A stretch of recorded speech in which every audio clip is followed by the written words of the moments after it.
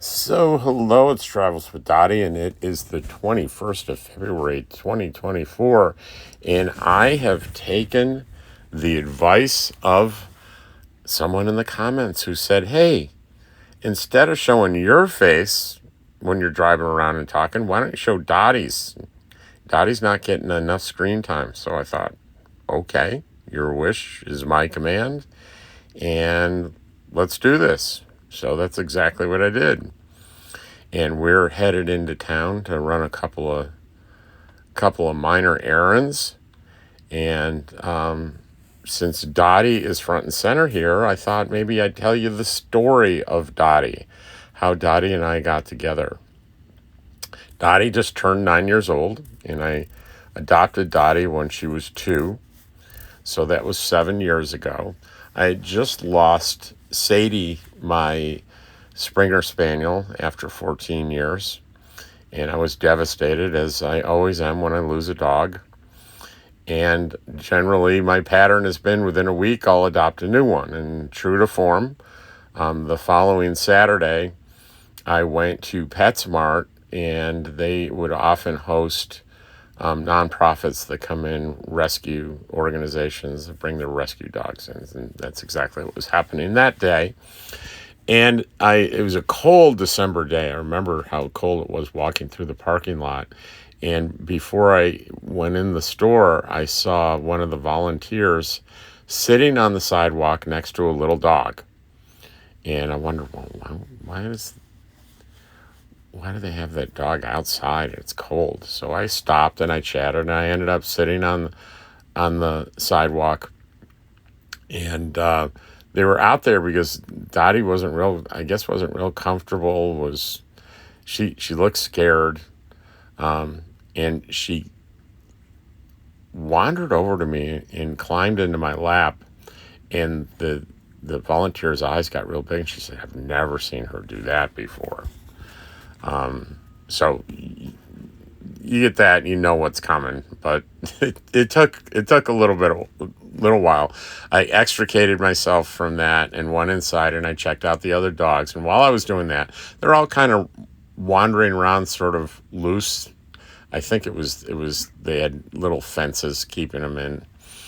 But I was checking out all these dogs with all these other people, and in the meantime, they brought Dottie back in, and I kept looking over at Dottie. And Dottie was looking like she was not having a very good time, that's for sure. And there she is, and she didn't look very happy, does she? And that's the volunteer that I met sitting behind her there. So the head of the organization talked to me about Dottie and told me her story. Said she was rescued out of a they call them kill shelters, where they euthanize the dogs if they're not adopted over a certain amount of time. And it was in South Carolina. She said, sadly, Dottie's been adopted out twice and brought back twice. And I said, really, what's wrong? Both times the family said she was too needy. And I said, well, what does that mean? She said, well, I really didn't get good explanations, but, one complaint was she seemed scared when she was in elevators. And I said, well, that sounds ridiculous. She agreed with me. And as we talked, she said, look, our policy is you fill out paperwork if you want to adopt a dog, and there's a 24-hour waiting period. But if you want to adopt Dottie, you can take her home right now. And I said, I do want to adopt Dottie. It just something told me this was my dog. So that's what I did. I took Dottie home. And the next day I had to work a 16-hour shift in my job. So I took her with me. And dogs were sort of allowed or sort of not allowed. The rules weren't really clear, but every once in a while someone would bring a dog in, and I decided I'm bringing in Dottie, and I'll just deal with that. And that's how she looked in at work the next day. A happy, very, very different dog. It was obvious that it was the right choice for both of us pretty much right away. So That is my Dottie story, and we've been together ever since. She loves to travel. You see on that seat on the right, she's got there's some plywood underneath there, and then a dog bed on top of the plywood, and that's her spot. She loves riding in the car. All you got to say is that phrase, riding in the car, and she's all over it.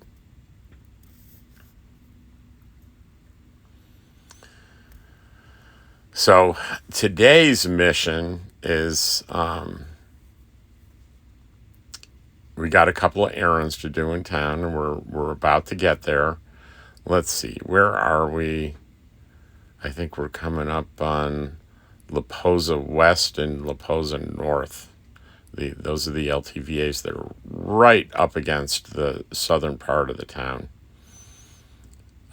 No, actually, we passed those. I'm sorry, I wasn't paying attention. So right now we're just coming up on town. You can see the rise there in front of us is the overpass over I-10. And this first intersection is Kuhn Street. And to your left there is Tyson Wells, where all the vendor tents are, and the big tent. When the big tent's here, of course, in February, the big tent is gone and will not appear again until next year. Always excited for the big tent.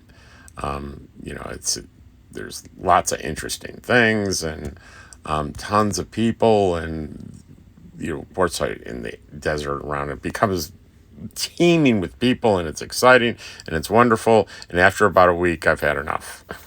It's like, you can all go home now, and they do. Most of them go home, and it gets quiet again like it is now, and it's kind of a pleasant relief.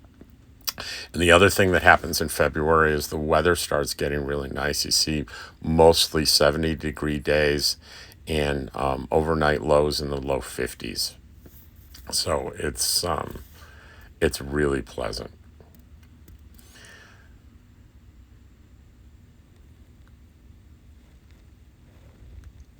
So the first thing we got a little grocery shopping to do. So the first thing we're going to do is we are going to hit, I think it's Family Dollar down here. There's two dollar stores. There's Dollar General and Family Dollar. And I always forget which is which. And as we pull up here, we'll see on the sign which one this is. This is on the east side of Main Street. And what I'd like to do is I have a shopping list. And I will generally start at the dollar store and get those discounted things that are on my list that the dollar store provides, and then save the things that I can only get in one of the two grocery stores, and the two grocery stores are Coyote, Fresh Foods, and Roadrunner. This is Family Dollar. So that way, if I buy absolutely everything in the grocery stores, I'm going to end up spending more money than I'd probably like. The trifecta, though, is if you include Ken's Discount Grocery and or the grocery liquidators in Tyson Wells. Those are deep discounted dry goods that have been expired. So if you do that trifecta, do the discount place, then the Family Dollar, and then the regular grocery stores, I swear most of the time you end up paying less than if you drove up to Parker or down to Yuma and went to Walmart or something. So if you're like me and you're retired and you got the time, it's pretty good way to save money. Now here, I've been through Family Dollar. That's Roadrunner Market in front of me, and I've finished there, and I'm on my way. I don't have a favorite between Roadrunner and Coyote. It's not a coincidence, really, that it's kind of like the cartoon, the Roadrunner and the Coyote, because the story is that there was a woman and I think her husband working at Roadrunner, and they got into some disagreement and got ticked off and said, well, we're going to start our own, and we're going to compete with you. We're going to open down the road. And so they decided soon it was called the Roadrunner. They'd call theirs the Coyote. So that's kind of the backstory. And I do have I verified that with a family member, and I have that on a video back a year or two ago. You'd have to dig for it. But I got it directly from a family member. We're going through this is the big intersection in Quartzsite that's central in Maine. And everything you could ever want in Quartzsite is either on Central or Maine.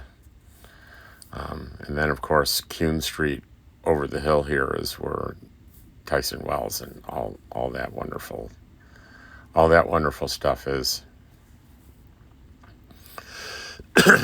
And I always love the view here. The overpass is, you won't see it here because Dottie's in the way, but it's a view of Tyson Wells, and it's amazing how, starting in November, there's hardly anything down there. There's a few white tents, and it slowly grows until it reaches critical mass in the second or third week of January, where it's just acres of tents, and then the big tent really stands out. It's pretty exciting. So we're crossing Kuhn here.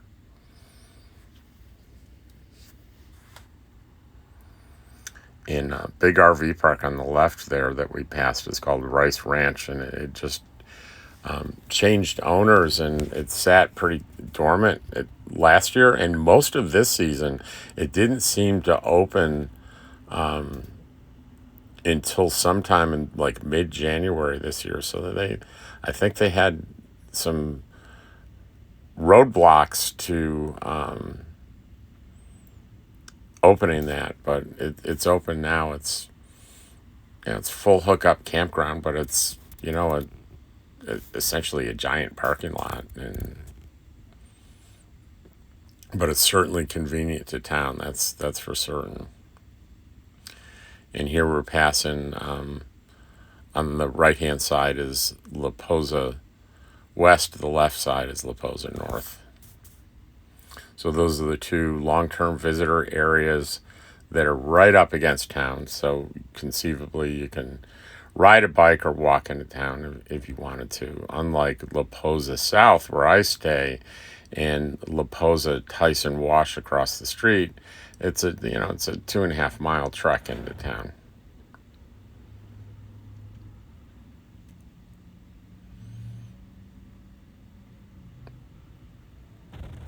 Well, I hope you're enjoying seeing.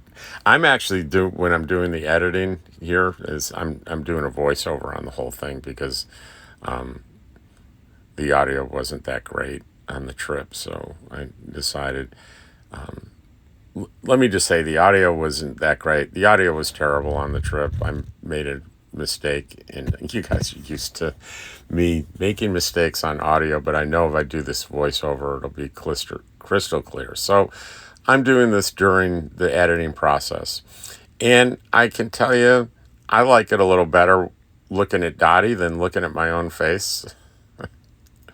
And here's the other advantage with the audio. If you were seeing my face talking, I couldn't be correcting the audio in editing this way because my lips wouldn't be saying what I'm saying. So this is a good reason to always do it this way, because I always can rescue the audio. And I can also stop recording and think before I say stuff, which isn't always the case.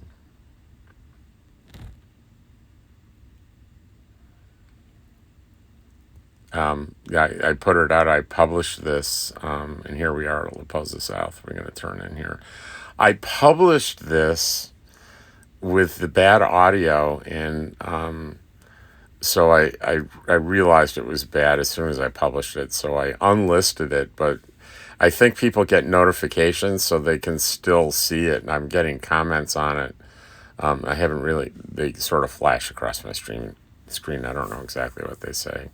I just saw one that said, love the DOTTIE CAM. I'm sure people are going to love the DOTTIE CAM, but they're on that first video, they're going to hate hate the sound, but this sound will be crystal clear. And I thought this was going to be a much shorter video, but like here, I thought, it's still, there are people that are interested in, at this particular time, this time in November, you might be interested to see, what the desert looks like and what the LTVA looks like.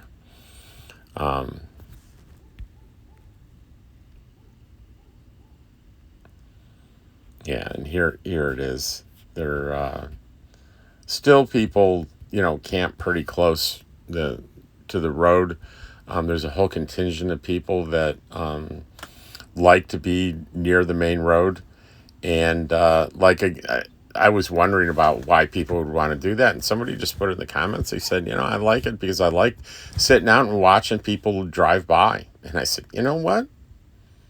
That might be fun. I didn't think of that.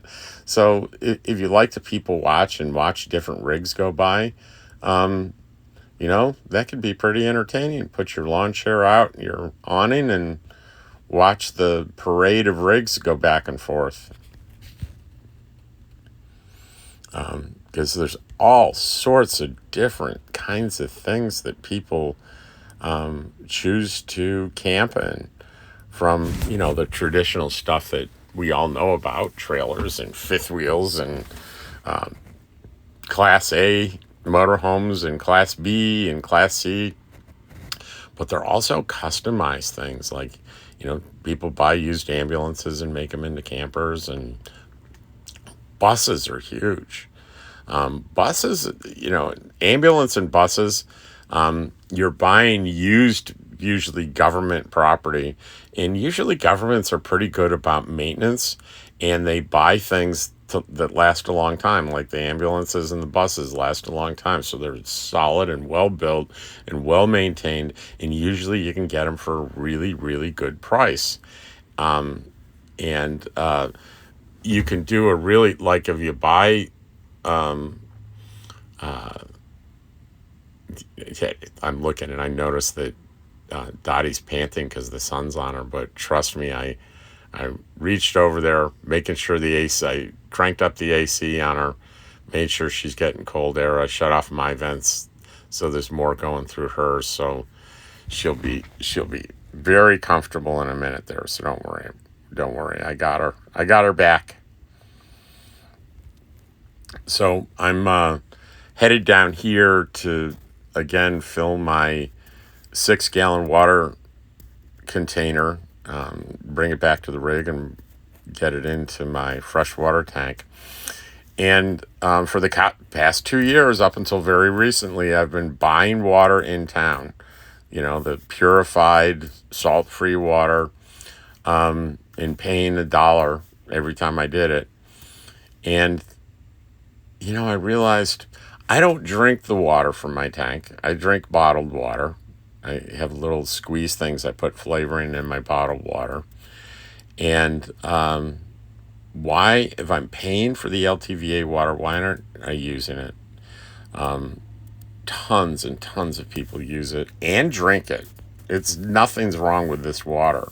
I think it has a little bit of a high salt content, and there may be some impurities in it, but it certainly passes their testings that they do for being potable water, good drinking water. And pretty much everybody uses a little filter, and that's what I'm doing right now. I put one of those little blue filters on, and then I fill. So I've stopped buying water, and I'm using this, and it's gonna be fine. I'm struck. Dottie's looking at me because that's where I am doing the water. And at some point here, I have a little problem where I can't turn the water off. I keep rotating the valve and it's doing nothing. And I had to fiddle with it to get it to turn off. And I realized I was not the first one with that problem. because there was a huge pool of water right next to where the spigot is. And I was talking to the guy out. There are two sides, two spigots, and I was talking to the guy on the other side, filling his trailer about it. He said, yeah, I saw somebody else come up and struggle with turning it off too. So the BLM, they need to do a little maintenance there on their faucets, or they're going to lose a lot of water. The other interesting thing about this water, it's hot. It's in the 90s temperature-wise, and it comes from many hundreds of feet under from an aquifer. And what that tells me is down there, the aquifer, it's not hot up here. It's maybe 70 at the most.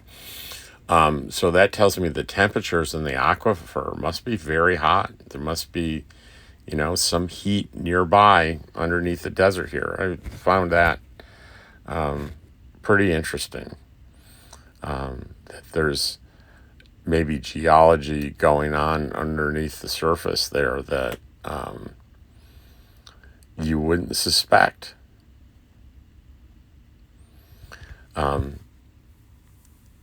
These water stations are old, very old, and behind it are the black and gray water dump stations, and they're very old as well. And they spent over $100,000, I believe, creating new dump stations and new water stations right across the street in Tyson Wash. And everyone was really excited about them because it looked pristine and complete and wonderful at the beginning of the season, and it never opened. It never opened. Even though it looks on the outside to be complete, obviously something's not working with it. And if you want to find out what's going on these properties, the only people that really are to talk to are the volunteers that are here and the occasional ranger, and none of them really have the true inside scoop to what's going on. So there is no reliable source that I've seen that tells us why that didn't open, and hopefully it'll open next year. The other thing that I've mentioned a few times on the channel, every year, some YouTuber puts out rumors that, they're going to double the rates, they're going to triple the rates next year. This is the last year you can get it the season for $180. It's going to be $900, $500, and people get all worked up about it. And it's never true. I was sitting around a campfire earlier this year, and people were really angry about the increases they were hearing about.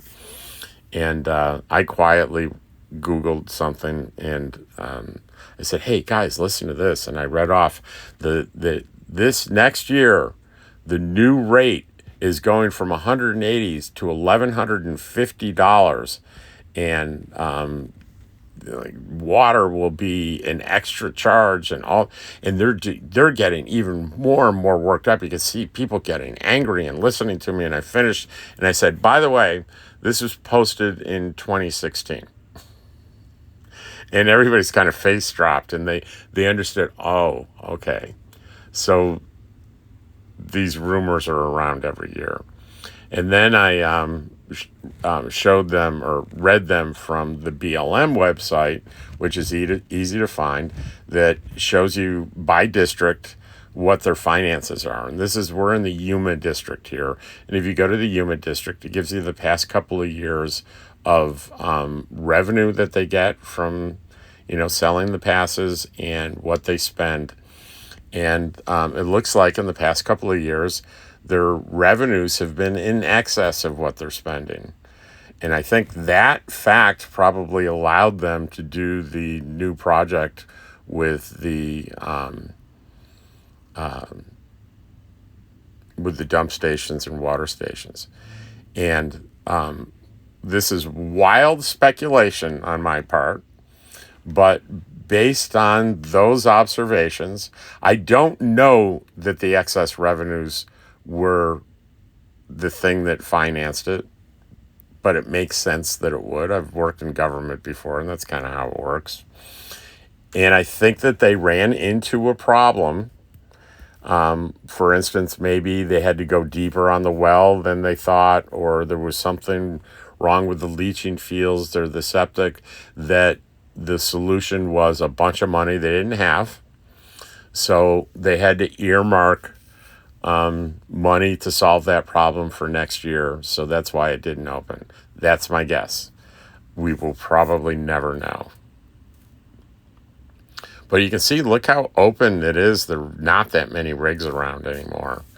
Before, when I would take you down here to go back to camp, there would be an alley of rigs. There'd be rigs on either side of us, but those people are gone. Well, it's probably a little late to say this year because I'm going to be leaving in a few weeks. But I camp here every year. And if you're a subscriber and you figure out where I am or recognize my rig and you want to come by and say hi, I'm perfectly fine with that. I prefer you don't do it at night and knock on my door. But during the day is fine if I'm around. I will warn you of this, though. I have phone calls and Zoom sessions that I do that are private. And if I'm engaged in one of those calls, I can't really talk to you. And usually you have a little sign up on the door that says in video session, but I'm not always great about doing that. And I say this because a real nice guy that's camped near me is a subscriber, came by to see me, and my door was open. I'm sitting at my desk having a session, and I just had to say, I'm sorry, I'm on a session, and I felt terrible. But just want people to be aware of that. And it's always a good idea to be respectful of people that you don't know real well approaching their camp. People get a little nervous about that. There are issues with dogs. If Dottie's outside and you come up, Dottie will bark a lot. Dottie's very protective. So anyway, that is today's video and the run of the DOTTIE CAM. And guys, as always, I am so appreciative of your time. See you on the next one.